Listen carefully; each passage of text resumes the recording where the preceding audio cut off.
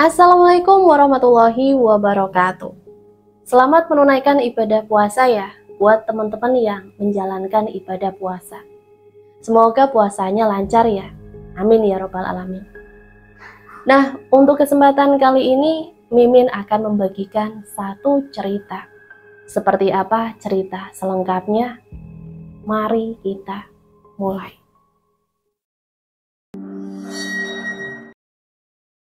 Hutang pembawa petaka. Kisah yang akan saya ceritakan kali ini merupakan sebuah kisah pelik yang dialami oleh sebuah keluarga kecil di sebuah kota kecil yang bernaung di Pulau Jawa. Ia bernama Bapak Sanusi dengan Ibu Ratna. Pasangan suami istri yang sudah menikah hampir 10 tahun lamanya. Mereka memiliki 2 orang putra yang masih belia. Putra pertamanya bernama Adi, yang saat ini berusia 8 tahun. Dan putra keduanya yang bernama Edo, yang saat ini berusia 5 tahun. Keluarga Bapak Sanusi merupakan salah satu keluarga terpandang di kota tersebut. Bapak Sanusi merupakan pengusaha furnitur yang paling ternama di kota tersebut. Kekayaan keluarga Bapak Sanusi pun sudah tidak lagi diragukan. Selain itu, Pak Sanusi adalah sosok yang patut dijadikan tauladan untuk banyak orang. Ia merupakan seorang pekerja keras, bahkan sebelum usahanya besar seperti saat ini. Dulunya ia hanyalah tukang kayu kecil. Namun berkat kerja kerasnya tersebut, usahanya pun melejit. Berbeda dengan suaminya, istri Pak Sanusi merupakan sosok yang bertolak belakang dengan kepribadian Pak Sanusi. Ibu Ratna menjadi perempuan sosialita yang selalu mementingkan gengsi dibandingkan realita kehidupannya. Semua barang yang dimilikinya harus branded dengan harga yang fantastis. Ibu Ratna merupakan anak konglomerat ternama dengan kekayaan tak terhingga. Namun karena kasus korupsi, kekayaan keluarganya pun lenyap begitu saja. Sehingga tak heran, ia tumbuh menjadi sosok sosialita seperti saat ini. Ibu Ratna selalu memaksa Pak Sanusi untuk memenuhi semua keinginannya. Pak Sanusi pun selalu berusaha untuk itu. Suatu ketika Bu Ratna mengalami hal yang tidak mengenakan. Ia diajak oleh karibnya untuk ikut arisan berlian dengan nominal yang sangat fantastis. Semua teman-teman di lingkungannya pun mendorongnya untuk bergabung di arisan tersebut. Karena merasa tertantang, Ibu Ratna ini mengiyakan ajakan itu.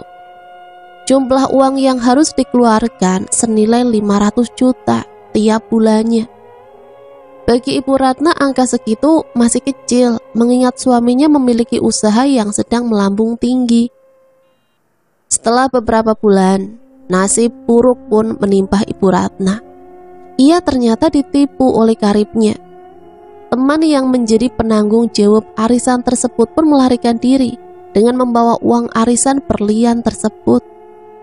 Sementara saat itu Bu Ratna belum mendapatkan hasil sepeser pun dari arisan itu.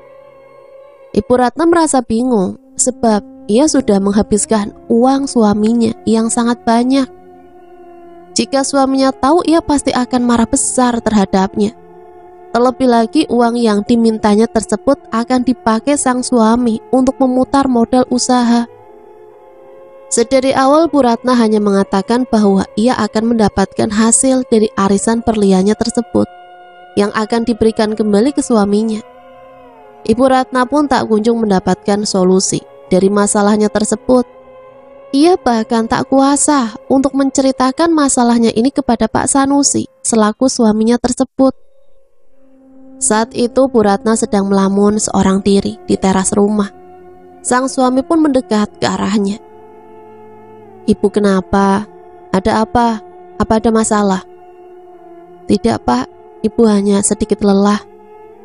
"Jangan lupa istirahat Bu.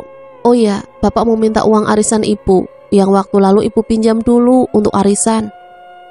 "Apa Ibu sudah dapat?" "Tinggal 2 nama lagi Pak, mungkin bulan depan Ibu yang dapat."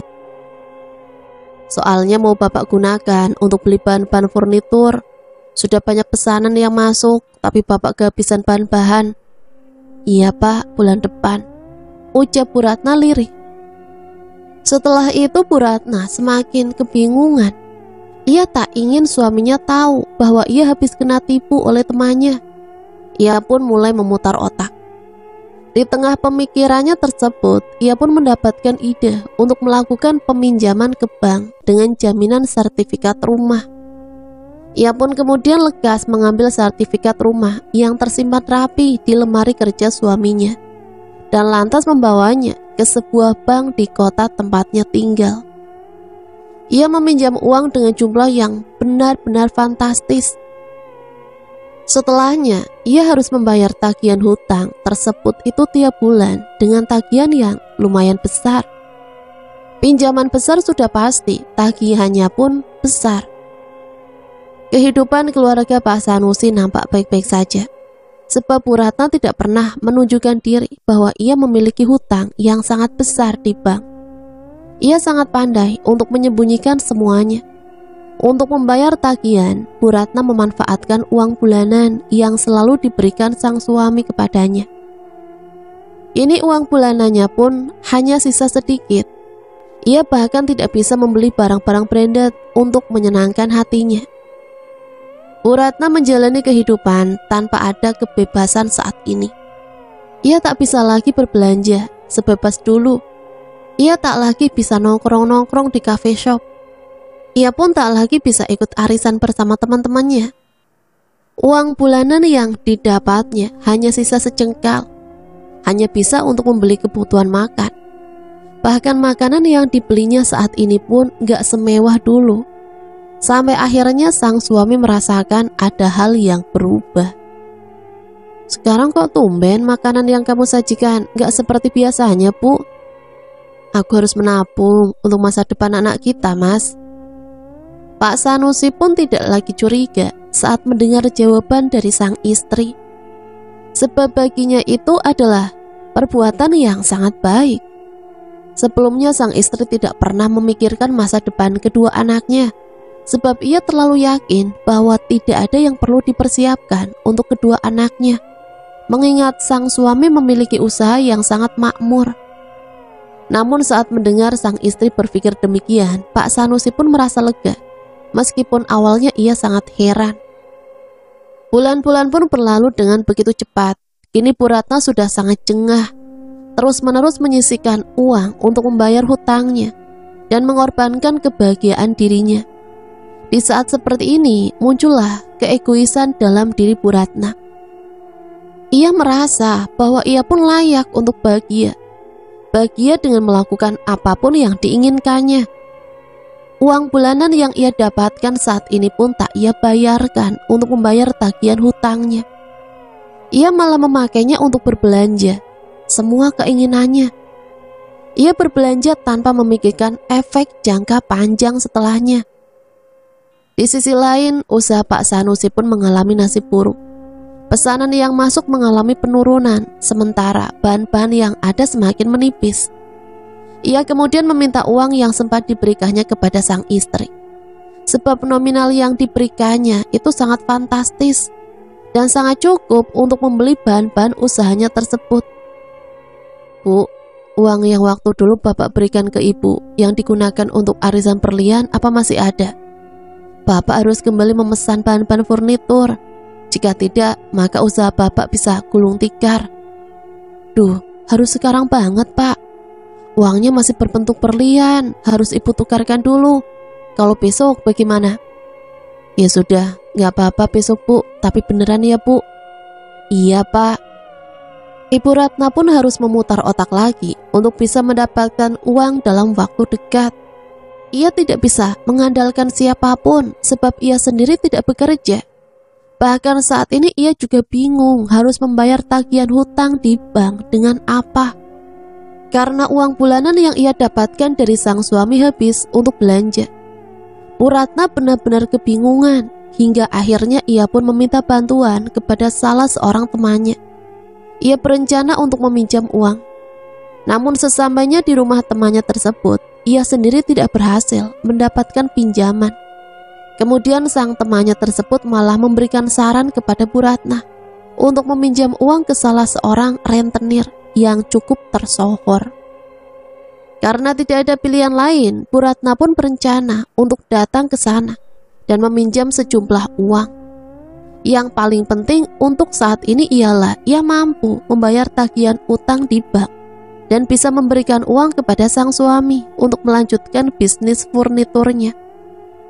Bu Ratna pun merasa lega sebab dua masalah yang datang beriringan mampu ia selesaikan dengan baik.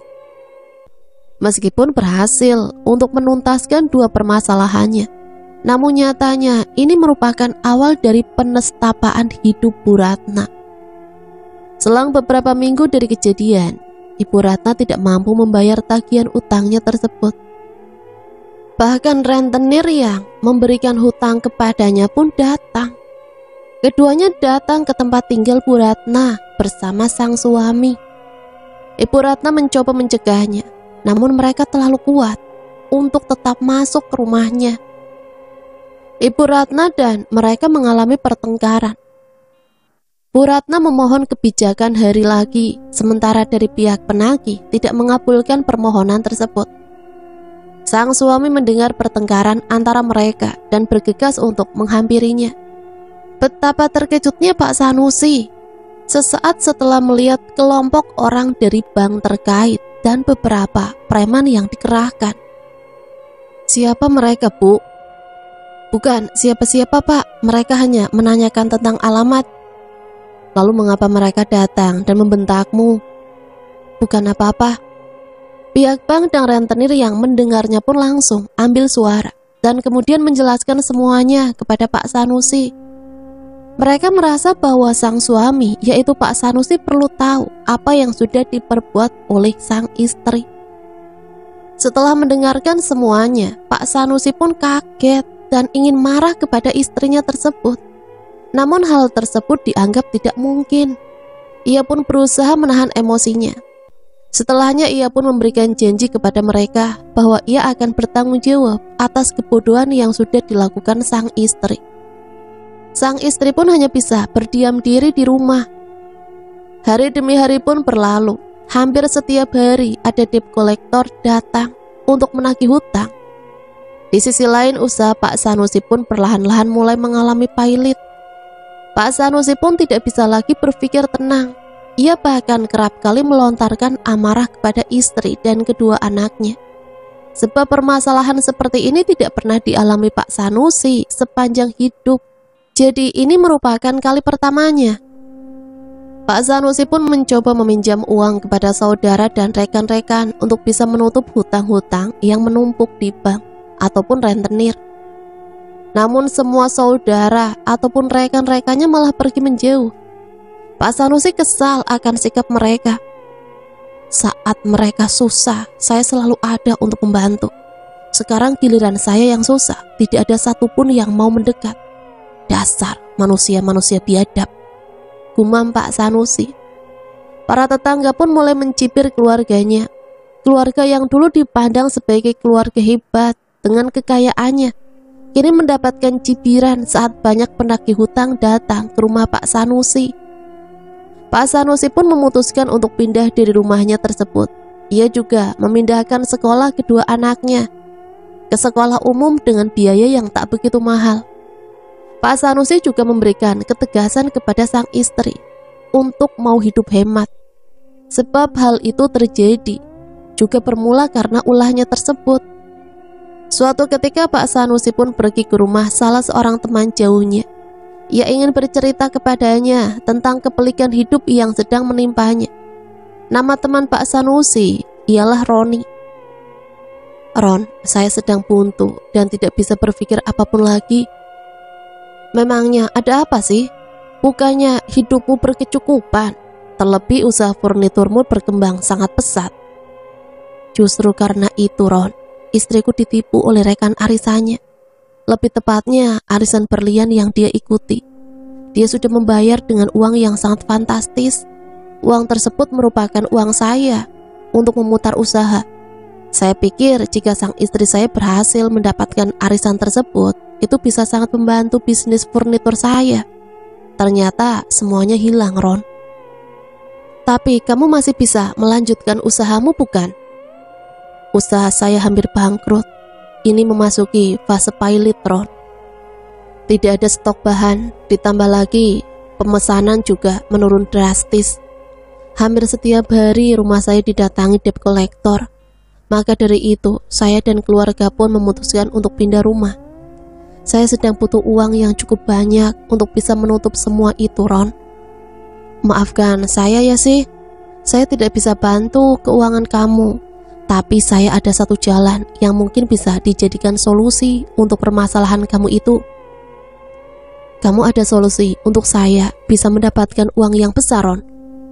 Ada sih, tapi ini cukup berbahaya. Tidak mengapa, Ron, asal saya bisa menyelesaikan masalah saya. Jika kamu memang tidak masalah dengan itu, saya akan beritahukan semuanya kepadamu. Jadi, di ujung pantai Kulon ada sebuah pendopo padepokan. Kamu bisa datang untuk singgah ke sana. Temuilah juru kunci yang ada di padepokan sana dan ceritakan semua masalah hidup kamu dan keinginan kamu sih. Niscaya ia akan memberikan kamu jalan. Apa sudah ada yang pernah melakukannya? Pernah. Bahkan dulu saya hampir mengikuti ritual di sana, tapi saya mengurungkan niat untuk melanjutkan karena aku tidak bisa memenuhi persyaratan yang diberikan. Apa syaratnya? Akan sulit. Tiap orang diberikan syarat yang berbeda satu sama lain. Maka dari itu alangkah lebih baiknya kamu datang langsung ke padepokan dekat Pantai Kulon. Saya akan berikan alamat lengkapnya kepada kamu. Roni pun kemudian memberikan selembar kertas yang berisikan alamat padepokan dekat Pantai Kulon. Pak Sanusi pun menerimanya dengan senang hati. Terima kasih, Ron, saya berutang budi kepadamu. Saya janji saat saya berhasil akan aku balas jasamu. Pak Sanusi pun kembali dari rumah Pak Roni. Setibanya di rumah, ia tidak berani menceritakan hasil pertemuannya dengan Pak Roni kepada sang istri. Ia hanya mengatakan bahwa semuanya akan segera baik-baik saja dan kehidupan lamanya akan kembali seperti sedia kala. Keluarganya akan kembali ke rumah yang lama, hutang piutang akan segera terselesaikan, dan yang paling utama, kedua anaknya akan kembali menempuh pendidikan di tempat yang elit. Sang istri pun merasa sangat lega. Keesokan harinya Pak Sanusi pun memberanikan diri untuk mengikuti saran dari temannya, yaitu Pak Roni. Ia berangkat saat pagi buta, saat sang istri dan kedua anaknya masih terlelap. Ia hanya menuliskan surat yang kemudian ia letakkan di atas meja kamar. Ia berpesan agar sang istri dan kedua anaknya selalu menjaga kesehatan. Dan Pak Sanusi pun berjanji akan segera pulang dengan membawa kebahagiaan baru untuk keluarganya. Pak Sanusi berangkat dengan menggunakan motor seorang diri. Ia menyusuri jalan yang cukup panjang. Perjalanan ia tempuh sekitar 4 jam hingga akhirnya ia sampai di Pantai Kulon. Ia kemudian bertanya kepada salah seorang warga yang sedang duduk di tepi pantai. Bapak, mohon maaf, saya ingin ke padepokan Pantai Kulon. Apakah Bapak tahu? Mau ada keperluan apa, Mas? Saya ingin bertemu juru kunci di padepokan sana, Pak. Ada keperluan mendesak. Oh alah, Mas lurus saja hingga ke arah ujung pantai. Nanti tepat di ujung sana ada sebuah padepokan besar. Nanti Mas masuk saja ke sana, bertemu dengan juru kunci padepokan. Namanya Ki Ageng. Baik Pak, terima kasih banyak untuk informasinya ya Pak. Hati-hati ya Mas, jangan sampai terlena. Pak Sanusi pun hanya mengangguk, tanda setuju. Ia kemudian berjalan kaki menyusuri bibir pantai. Tak terasa perjalanan menuju padepokan cukup jauh dan menguras energi. Setelah lelah berjalan, ia pun akhirnya sampai ke padepokan dan bertemu dengan juru kunci di sana. Assalamualaikum. Waalaikumsalam. Silahkan masuk Pak. Saya Sanusi Pak. Apa saya bisa bertemu dengan Ki Ageng, juru kunci padepokan? Kebetulan sekali, saya Ki Ageng. Wah, kebetulan sekali Ki. Ki Ageng pun mempersilahkan Pak Sanusi untuk duduk. Dengan cekatannya, ia kemudian membuatkan teh hangat untuk diminum Pak Sanusi. Kemudian Ki Ageng pun menanyakan maksud dari kedatangan Pak Sanusi. Sebelumnya perkenalkan, saya Sanusi Ki. Maksud dan kedatangan saya kemari untuk menceritakan keluh kesah saya kepada Ki Ageng. Saya tahu betul apa yang Pak Sanusi alami. Pak Sanusi merasa heran. Ia belum menceritakan secara detail tentang keluh kesahnya. Namun Ki Ageng sudah tahu semua hal yang akan diceritakan. Ia merasa bahwa Ki Ageng benar-benar bukan orang sembarangan. Lalu, apa solusi yang bisa saya ambil untuk menyelesaikan persoalan tersebut ya Ki? Pak Sanusi bisa meminta bantuan sama Nyai Kulon. Niscaya ia akan mengabulkan semua permintaan Pak Sanusi, meskipun dengan beberapa syarat. Kalau boleh tahu apa syaratnya ya Ki? Untuk lebih jelasnya, Pak Sanusi akan saya antar ke tempat Nyai Kulon. Nanti akan ada beberapa ritual dulu yang harus Pak Sanusi jalankan sebelum bertemu dengan Nyai. Apa Bapak bersedia? Saya bersedia Ki. Baiklah, mari ikut saya. Mereka pun berjalan menyusuri bibir pantai menuju singgasana Nyai yang letaknya tak begitu jauh dari padepokan. Sepanjang jalan perasaan Pak Sanusi tak karuan. Ia merasa bahwa jalan yang ia tempuh adalah sebuah kesalahan. Namun ia sendiri tidak memiliki pilihan lain selain menempuh jalan ini. Permasalahan hidup di keluarganya sudah sangat pelik. Ia bahkan sudah banyak menanggung malu karena dijauhi oleh keluarga, kerabat, teman, dan bahkan kerap kali mendapatkan cibiran tak mengenakan dari tetangga-tetangganya. Sesampainya di singgasana Nyai, Ki Ageng mengisyaratkan Pak Sanusi untuk mengikuti beberapa ritual. Yang pertama yaitu puasa selama 3 hari. Saat puasa ia tidak boleh mengeluarkan kata-kata kasar ataupun mengeluh.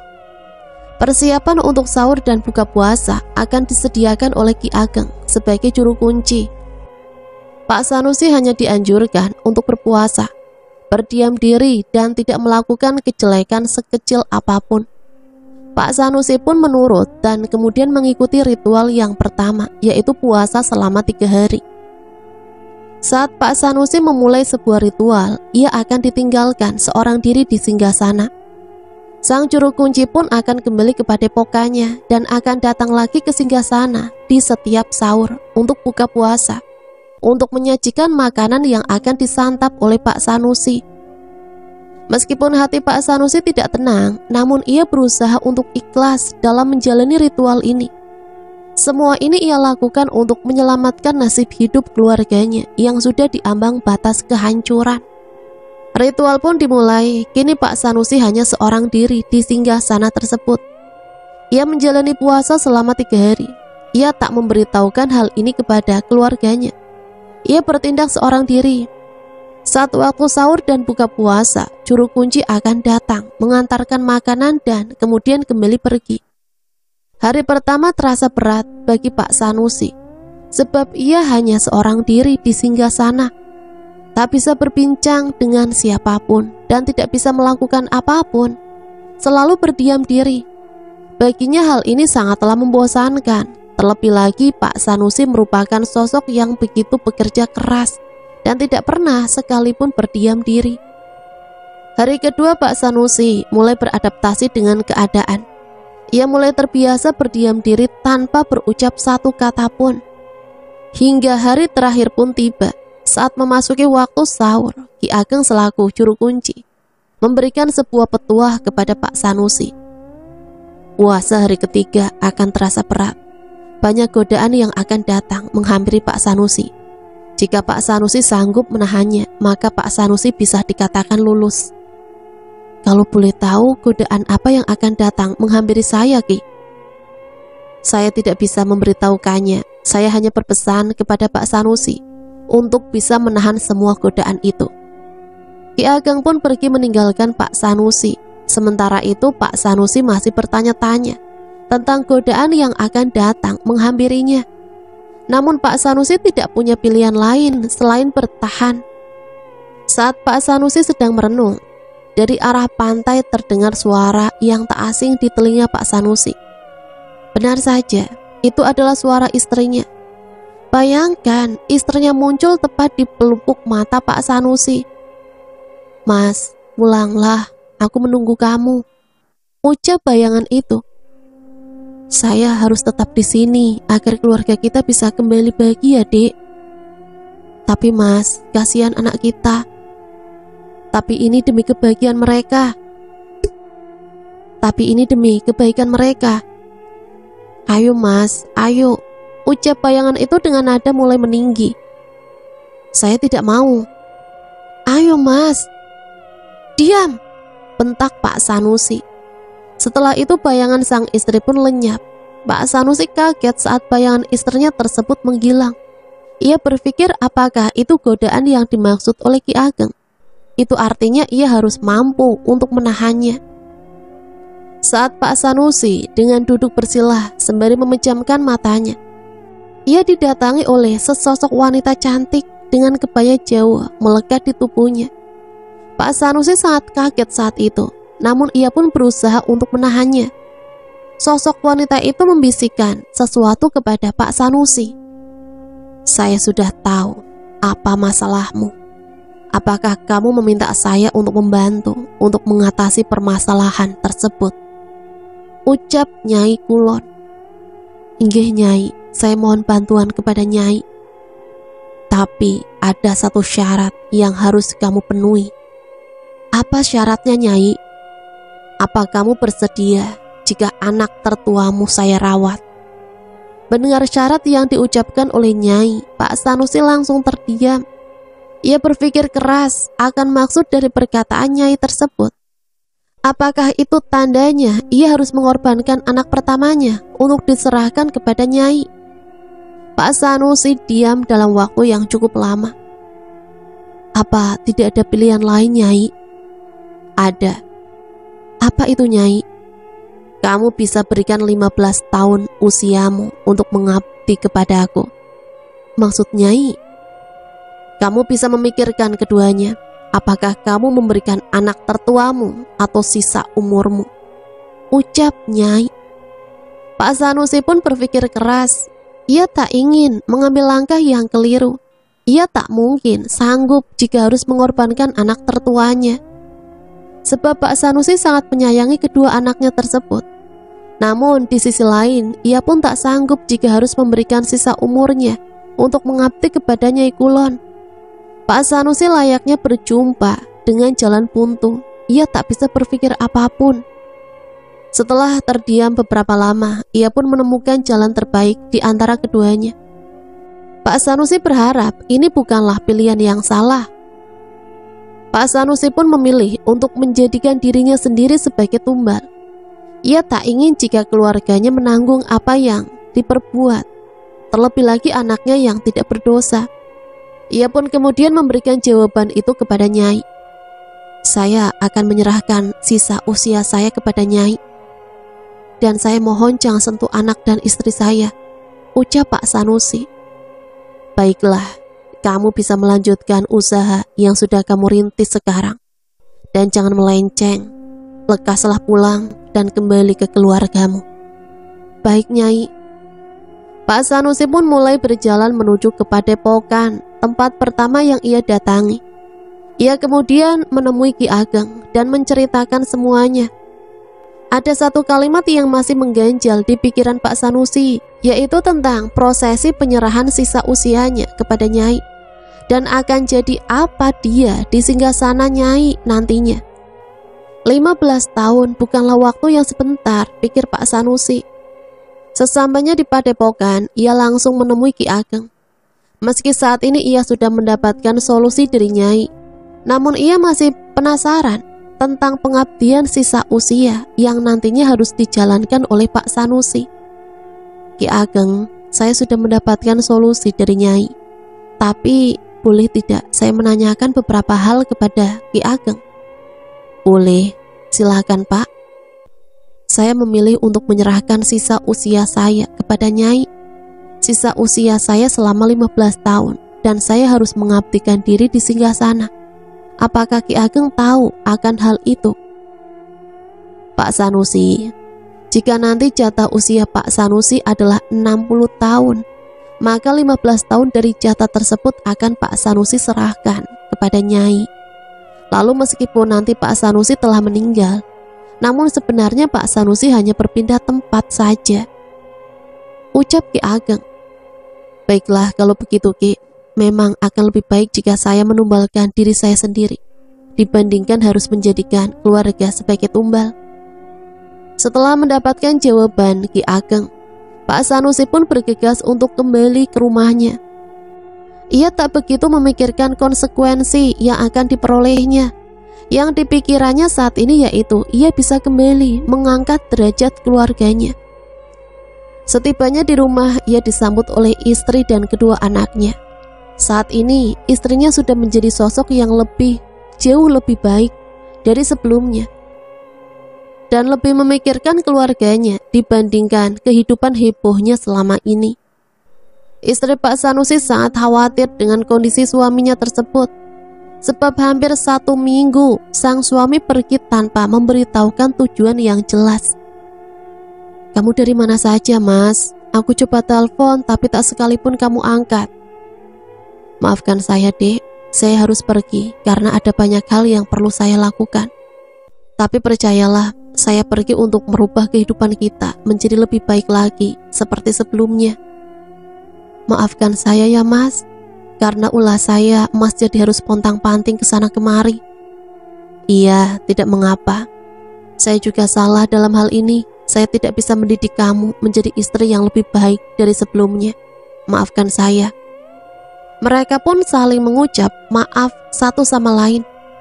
Setelahnya mereka berjanji akan menjadi sosok yang jauh lebih baik dari sebelumnya dan tidak akan lagi membuat kekacauan seperti saat ini. Keesokan harinya, Pak Sanusi pun mulai melanjutkan usaha furniturnya. Meskipun tanpa adanya uang modal untuk membeli bahan, namun ia sangat yakin bahwa ia mampu melanjutkan usahanya dengan sangat baik dan bisa mengalahkan perusahaan-perusahaan lain. Kejadian tak terduga pun datang menghampiri Pak Sanusi. Orderan furnitur mendadak naik. Barang-barang lama pun laku dijual setelah dilakukan pemolesan ulang. Perusahaan Pak Sanusi kebanjiran orderan. Karena kewalahan, ia pun merekrut beberapa karyawan baru untuk bekerja di sana. Baru saja dibuka, namun nyatanya keajaiban datang begitu cepat. Gumam Pak Sanusi. Dalam waktu kurun 1 bulan, ia berhasil mendapatkan rupiah dengan jumlah yang fantastis. Ia bahkan mampu melunasi hutang-hutang sang istri beserta bunganya yang semakin mencekik. Perlahan namun pasti, permasalahan di keluarga Pak Sanusi pun terselesaikan. Para kerabat dan sahabat yang dulu menjauhi Pak Sanusi saat sedang berada di ambang kehancuran, kini datang mendekat tanpa tahu malu. Pak Sanusi pun berusaha tak mengindahkannya dan kembali fokus dengan bisnis furniturnya. Pak Sanusi pun kini kembali bangkit, usahanya semakin jaya. Para konsumennya pun kembali menjalin kerjasama dengan Pak Sanusi. Kini Pak Sanusi dan keluarganya pun kembali ke rumah lamanya. Sekolah kedua anaknya pun pindah ke tempatnya yang dulu.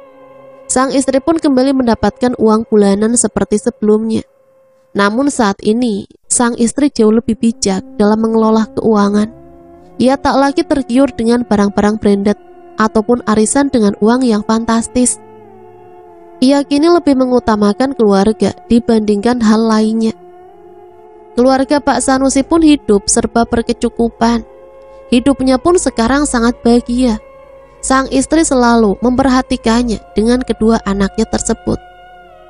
Pak Sanusi pun tidak pernah melupakan perjanjiannya dengan Nyai Pantai Kulon.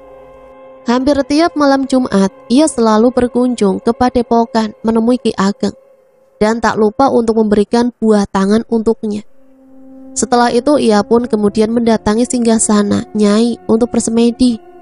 Nyai pun kerap kali mendatangi Pak Sanusi dan berbisik lirih kepadanya. Kamu sudah mendapatkan keinginanmu, tapi jangan sampai kamu melupakan perjanjian denganku, ucap Nyai lirih. Nggih Nyai, saya akan selalu mengingat itu semua, dan saya rela mengabdikan sisa usia saya kepada Nyai. Pak Sanusi bukanlah orang yang mudah lupa. Ia akan terus mengingat semua hal yang ia peroleh, dan ia merupakan orang yang tahu akan pentingnya balas budi dan memegang janji. Sehingga tak heran jika ia akan memenuhi janjinya kepada Nyai, yaitu mengabdikan sisa usianya selama 15 tahun untuk menjaga singgasana Nyai. Waktu pun berjalan begitu cepat, kebahagiaan Pak Sanusi pun tak selamanya abadi. Suatu ketika ia bermimpi hal yang begitu aneh. Di dalam mimpinya tersebut, ia diminta untuk meninggalkan sang istri. Jika ia tak memenuhi permintaan tersebut, maka akan ada konsekuensi yang harus ditanggung oleh Pak Sanusi. Keesokan harinya, Pak Sanusi pun menuruti permintaan yang ada di mimpinya tersebut, yaitu menceraikan sang istri. Ia kemudian mengajak istrinya untuk berbincang. "Dek, sepertinya saya sudah tidak bisa bersama denganmu lagi. Kita harus berpisah, tapi kamu jangan khawatir. Masa depan anak-anak akan saya tanggung seluruhnya. Saya pun akan memberikan kamu sejumlah uang untuk modal usaha." Bukannya marah ataupun menolak permintaan Pak Sanusi, sang istri malah bersikap sebaliknya. Entah setan apa yang sudah merasuki tubuh istri Pak Sanusi tersebut. Tanpa basa-basi, ia langsung menyetujui permintaan Pak Sanusi. "Tidak apa, Mas. Kita bisa berpisah secara baik-baik. Saya tidak akan marah ataupun mengecam Mas. Sebaliknya, saya akan selalu mendukung semua keputusan yang Mas Sanusi buat. Sebab itu pasti yang terbaik," ucap istrinya. Mereka pun kemudian bercerai. Kedua anak Pak Sanusi ikut bersama istrinya, sebab mereka masih sangat kecil dan sangat membutuhkan peran ibu di dalam hidup mereka. Kedua anaknya pun tidak marah ataupun membenci keputusan ayah dan ibunya tersebut. Mereka menerima keputusan kedua orang tuanya dengan sangat baik. Hal itu merupakan sesuatu yang janggal. Jika di luar sana perpisahan akan meninggalkan rasa trauma ataupun kebencian, maka hal tersebut tidak berlaku untuk Pak Sanusi dengan sang istri. Mereka pun hidup terpisah, namun tetap saling membantu satu sama lain. Tak lama setelah perpisahannya tersebut, Pak Sanusi pun kembali menemukan tambatan hatinya kembali. Ia pun kemudian menikah lagi, namun pernikahannya tak berlangsung lama. Sama seperti perpisahan dengan istri pertamanya, perpisahan selanjutnya pun tidak meninggalkan kebencian. Justru Pak Sanusi malah memberikan uang yang sangat cukup untuk modal mantan istrinya membangun usaha. Pernikahan dan perceraian nampak menjadi hal yang biasa bagi Pak Sanusi. Sejauh ini, ia sudah kawin cerai sebanyak 3 kali, dan mantan-mantan istrinya tidak ada satupun yang terlantar. Uang yang diberikan Pak Sanusi lebih dari cukup untuk dijadikan modal membuka usaha. Para warga pun mengetahui hal itu. Kini banyak orang tua yang ingin anaknya menikah dengan Pak Sanusi, meskipun mereka tahu pada akhirnya akan ada perceraian. Namun mereka tidak mempedulikan hal tersebut. Yang mereka pedulikan ialah mereka bisa menjadi orang sukses setelah menikah dengan Pak Sanusi. Kini Pak Sanusi menjadi sosok duda yang memiliki banyak penggemar di luar sana. Bahkan hampir semua orang tua menginginkan anaknya untuk dinikahi oleh Pak Sanusi. Mereka tak sekalipun memandang status duda Pak Sanusi. Yang mereka pandang adalah kesejahteraan yang akan anak-anaknya peroleh setelah menikah dengan Pak Sanusi. Hidup menjadi nyaman tanpa takut kekurangan. Usut punya usut, semua itu terjadi karena adanya campur tangan dari Nyai Pantai Kulon. Ia yang sudah membuat hubungan asmara Pak Sanusi dengan beberapa wanita kandas tanpa alasan yang jelas. Pak Sanusi tidak mengetahui hal itu. Ia sudah terlena dengan kekayaan dan kemudahan yang dimilikinya, sehingga ia tak begitu menghiraukan wanita. Secara tidak sadar, perlahan namun pasti, Nyai sudah mulai mengambil hak yang ada dalam hidup Pak Sanusi. Ia memberikan banyak harta kepada Pak Sanusi, namun mengambil harta paling berharga milik Pak Sanusi, yaitu keluarga. Kini Pak Sanusi hidup seorang diri dengan kekayaan yang tak ada henti. Pak Sanusi mulai menyadari bahwa ada yang salah dalam hidupnya. Ia kemudian pergi ke padepokan untuk menanyakan maksud dari semua hal yang menghampiri dirinya tersebut. Ki Ageng selaku juru kunci pun hanya memberikan sedikit informasi kepada Pak Sanusi. Ki, saya merasa ada sesuatu yang janggal dalam hidup saya. Apa yang kamu rasakan? Kesepian, kesedihan, atau lainnya? Saya merasa sangat kesepian, Ki. Saya memiliki harta yang cukup, rumah yang mewah, usaha yang maju sangat pesat. Namun, saya merasa hidup saya menjadi tidak berarti setelah mendapatkan semua itu. Ada sesuatu yang hilang dari hidupmu. Apa itu, Ki? Ibarat kata begini, Pak. Di dunia ini tidak ada satupun hal yang gratis. Bahkan kita kencing saja harus bayar. Ada yang namanya hukum timbal balik. Siapa yang menerima, maka ia pun harus memberi. Itulah hal yang terjadi dalam hidup Pak Sanusi. Bapak menginginkan kekayaan dan kebahagiaan hidup, maka Bapak pun harus mampu membayar keinginan Bapak tersebut. Ucap Ki Ageng. Tetapi saya sudah mengatakan bahwa saya akan menyerahkan sisa usia saya kepada Nyai. Apakah itu belum cukup? Tidak, menurut ujarannya. Apa yang terjadi dalam hidup Pak Sanusi adalah sebuah proses menuju pengabdian diri kepada Nyai.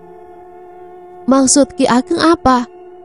Sebelum nantinya Pak Sanusi menjadi pengawal Nyai di singgasana, Pak Sanusi harus lebih dulu melepaskan ikatan Pak Sanusi di dunia, agar kelak orang-orang yang menyayangi Pak Sanusi tidak mengingat Pak Sanusi semakin kuat lagi. Oleh karena itu, satu persatu ikatan yang mengikat Pak Sanusi harus dilepaskan. Dari mulai hubungan keluarga, kerabat, maupun teman-teman dekat. Sehingga saat waktunya tiba, Pak Sanusi akan berkonsentrasi mengabdikan diri kepada Nyai. Jadi maksud Ki Ageng perjanjian itu kini sudah dimulai? Sudah, ucap Ki Ageng. Lalu apa yang harus saya perbuat, Ki? Berdiam diri, bersemedi dan mengabdilah. Pak Sanusi pun hanya terdiam saat mendengar petuah yang diberikan Ki Ageng. Pak Sanusi tidak berpikir bahwa konsekuensi yang akan diperolehnya mampu memisahkan antara dirinya dengan istri dan kedua anaknya. Ia berpikir bahwa hanya dia yang akan menjadi tumbal dari persembahan ini. Namun ternyata ia salah. Tanpa disadari, ia pun kehilangan seluruh keluarganya tanpa sebuah arti. Jika saja sedari awal ia mengetahui hal ini, maka ia akan lebih memilih untuk membiarkan peringatan keras kepada dirinya agar tidak melanjutkan hal mengerikan lagi. Namun, nasi kini sudah terlanjur menjadi bubur. Meskipun perlahan-lahan Pak Sanusi kehilangan semua orang yang sangat dicintainya, namun Pak Sanusi tidak bisa untuk berhenti. Ia pun merelakan ikatan yang menjeratnya tersebut. Di samping itu, Pak Sanusi tetap bertanggung jawab akan keberlangsungan hidup mantan istri-istrinya dan kedua anak kandungnya tersebut. Waktu pun berjalan begitu cepat. Kini usia Pak Sanusi pun perlahan-lahan mulai bertambah. Tidak seperti tahun-tahun sebelumnya. Perayaan hari ulang tahun Pak Sanusi pun kini sudah tiada. Dulu jika ia bertambah usia, maka istrinya akan sangat sibuk untuk menyiapkan kejutan untuk dirinya. Namun kini ia tak punya siapa-siapa. Ada rasa penyesalan yang terkadang menyelimuti dirinya. Namun, jika dulu ia tak mengambil jalan itu, maka ia tidak akan bisa menyelamatkan keluarga dan harga dirinya. Sebab debt kolektor dan penagih hutang lainnya terus-menerus datang. Di sisi lain, jika ia mengambil jalan tersebut, maka secara perlahan ia pun akan kehilangan istri dan kedua anaknya tanpa sebab yang jelas. Pak Sanusi terus merenung. Ia pun kemudian mendatangi singgasana Nyai untuk meminta pertanggungjawaban darinya, sekaligus meminta mereka untuk mengembalikan istri dan kedua anaknya ke dalam pelukannya lagi. Saat pagi buta, ia kemudian datang ke pendopo dan langsung berjalan menuju singgasana. Ia kemudian menjerit dan menangis di singgasana tersebut. Ia berharap bahwa dirinya belum terlambat untuk kembali bersama istri pertama dan kedua anak kesayangannya. Apa yang sudah ditukar tidak akan bisa kembali lagi. Sama halnya dengan keluarga Pak Sanusi yang secara tidak langsung sudah ia korbankan demi keberlangsungan hidupnya yang lebih baik, yaitu bergelimang harta, hutang piutang selesai, dan mampu menjalankan usahanya dengan baik tanpa satu kendala apapun. Ia sudah menyetujui semua konsekuensi yang akan ia dapatkan, dan tidak ada satu kata pun yang bisa mengubah takdir hidup yang sudah berjalan. Namun saat Pak Sanusi berada di singgasana tepi laut, ia terus memohon dan memohon, bahkan ia rela menukarkan semua kekayaannya saat ini demi kembalinya istri dan kedua anaknya. Saat sedang bersemedi, sosok Nyai pun datang menghampiri Pak Sanusi. "Nyai, saya memohon belas kasihmu. Mohon kembalikan istri dan kedua anak saya, Nyi. Saya merasa sangat kesepian. Saya sudah menjalani pernikahan dengan beberapa wanita setelahnya, namun tak ada satupun yang bertahan lama. Dan lagi-lagi saya kembali berujung menjadi duda." "Tidak ada yang bisa kembali. Semua sudah menjadi keputusanmu sedari awal. Tetapi saya bersedia untuk mengembalikan semua harta yang sudah saya dapatkan. Bahkan saya pun rela jika harus kembali miskin dan tidak memiliki apapun, asalkan keluarga saya kembali, Nyai." Pak Sanusi pun memohon dengan sungguh-sungguh kepada Nyai. Tangisannya pecah, ia bahkan merundukkan badannya hingga menempel ke lantai. Raut putus asa tergambar dengan jelas dari wajah Pak Sanusi. Namun Nyai tak sekalipun mengindahkan semua permohonan Pak Sanusi. Nyai pun seketika saja meninggalkan Pak Sanusi yang terus-menerus memohon kepada Nyai. Tak lama setelahnya, Ki Ageng pun datang untuk menghampiri Pak Sanusi. Nampaknya Ki Ageng tahu jika Nyai sudah meninggalkan Pak Sanusi di singgasana. Ki Ageng mencoba menenangkan Pak Sanusi. Ia pun kemudian mengajak Pak Sanusi untuk kembali ke pendopo. "Bapak harus ikhlas," ucap Ki Ageng. "Saya tidak bisa ikhlas, Ki. Saya kesepian. Kalau terus-menerus seperti ini, saya bisa gila. Sedari awal saya sudah peringatkan Bapak tentang konsekuensi yang akan Bapak alami. Tapi dulu Bapak berkata siap akan semua resikonya. Saya menyesal, Ki. Lebih baik Bapak pulang saja dulu. Tenangkan pikiran Bapak agar Bapak bisa kembali berpikir jernih." "Baik, Ki." Pak Sanusi pun kembali dengan perasaan tak karuan. Tidak ada yang bisa ia perbaiki. Semua sudah terjadi. Namun ia tak menyerah begitu saja. Ia bertekad akan mencari istri dan kedua anaknya untuk mengajak mereka kembali. Pencarian Pak Sanusi pun membuahkan hasil. Ia berhasil menemukan istri dan kedua anaknya. Pak Sanusi pun mengajak mereka berbincang dari hati ke hati. "Dek, maafkan Mas dulu," ucap Pak Sanusi. "Mas tidak punya salah apapun ke saya kok. Malah berkat Mas, saya dan anak-anak hidup berkecukupan. Meskipun kita sudah tidak bersama. Mas ingin mengajak kamu untuk kembali." "Maaf Mas, saya sudah tidak bisa," ucap sang mantan istri. "Tapi kenapa, Dek?" "Saya akan segera menikah kembali, Mas." Pak Sanusi sangat syok. Tanpa sadar air mata Pak Sanusi pun berjatuhan membasahi pipi merahnya. Kedua anaknya mendekat ke arah Pak Sanusi dan kemudian memeluknya. "Saya minta maaf, Mas," ucap sang mantan istri. "Iya, Dek. Ayah jangan sedih, kami akan ikut bersama Ayah untuk sementara waktu agar Ayah tidak merasa kesepian," ucap kedua anaknya. "Boleh, Dek?" tanya Pak Sanusi kepada mantan istrinya. "Boleh, Mas. Nanti anak-anak ikut Mas saja dulu untuk sementara. Tapi jaga baik-baik mereka ya, Mas." Pak Sanusi pun merasa sangat lega meskipun ia tak berhasil mengajak rujuk sang mantan istri. Namun ia berhasil mengajak kedua anaknya untuk pulang ke rumahnya. Itu artinya ia tak lagi kesepian untuk sementara waktu. Tangisan Pak Sanusi pun lekas reda. Senyuman pun tergambar jelas di bibirnya. Pak Sanusi bersama kedua anaknya pun pulang ke rumah. Pak Sanusi kembali menemukan kebahagiaan. Ia pun kembali bersemangat untuk menjalani hidupnya. Ia bersemangat ketika bekerja dan bersemangat dalam semua aktivitasnya. Namun lagi dan lagi, kebahagiaan Pak Sanusi tidak bertahan lama. Sebab kejadian janggal pun tiba-tiba saja datang menghampiri Pak Sanusi. Suatu ketika Pak Sanusi mengajak kedua anaknya untuk pergi ke bengkel furniturnya yang berjarak tak jauh dari rumah. Sesamanya di sana, kedua anaknya pun berlari-larian di dalam bengkel. Pak Sanusi sudah memperingatkan kedua anaknya, namun hal itu tidak diindahkan oleh kedua putranya. "Dek, jangan lari-larian, nanti kejatuhan kayu. Kami hati-hati kok ya." Tak lama setelah peringatan itu, terdengar suara dentuman sangat keras. Suara yang begitu keras berasal dari jatuhan kayu-kayu besar yang ada di bengkel. Kayu-kayu itu jatuh tepat di atas kepala kedua anak Pak Sanusi. Pak Sanusi menjerit kaget. Ia langsung berlari untuk menyelamatkan kedua anaknya. Ia sontak mengangkat semua kayu yang menimbun kedua putranya tersebut. Kemudian ia membawa kedua anaknya ke rumah sakit terdekat untuk mendapatkan pertolongan pertama.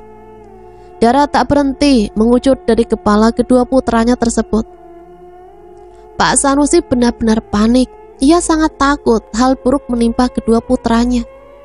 Naas, nasib buruk menimpa Pak Sanusi. Kedua putranya meninggal dunia saat baru sampai di rumah sakit. Mereka kehabisan banyak darah sehingga tidak bisa diselamatkan. Pak Sanusi merasa sangat bersalah. Ia menyesal mengajak kedua putranya ke tempatnya bekerja. Ia pun kemudian membawa jenazah mereka ke rumah untuk disemayamkan. Tak lupa, Pak Sanusi memberikan kabar kepada sang mantan istri agar ia lekas datang menemui kedua putranya untuk terakhir kalinya. Ia sangat marah dan kalut saat Pak Sanusi memberikan kabar terkait kematian kedua anaknya.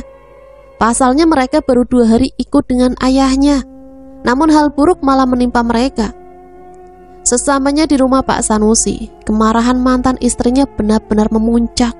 Ia mengamuk karena tak terima, karena anaknya meninggal begitu saja. "Kamu apakan anakku?" bentak Bu Ratna, mantan istri Pak Sanusi. Pak Sanusi hanya menangis. Ia pun sangat kalut. Kedua anak terkasihnya meninggal karena ajakannya tersebut. Amarah sang mantan istri ia terima tanpa perlawanan apapun. "Dasar, kamu pembunuh!" Semua orang yang melihat mencoba melerai Pak Sanusi dengan mantan istrinya. Namun mantan istrinya tersebut terus-menerus mengamuk Pak Sanusi tepat di hadapan jenazah kedua putranya. Karena merasa terpojokan, Pak Sanusi pun menjawab bentakan mantan istrinya tersebut. "Kalau dulu kamu tidak punya banyak hutang, hal buruk ini tidak akan terjadi," bentak Pak Sanusi.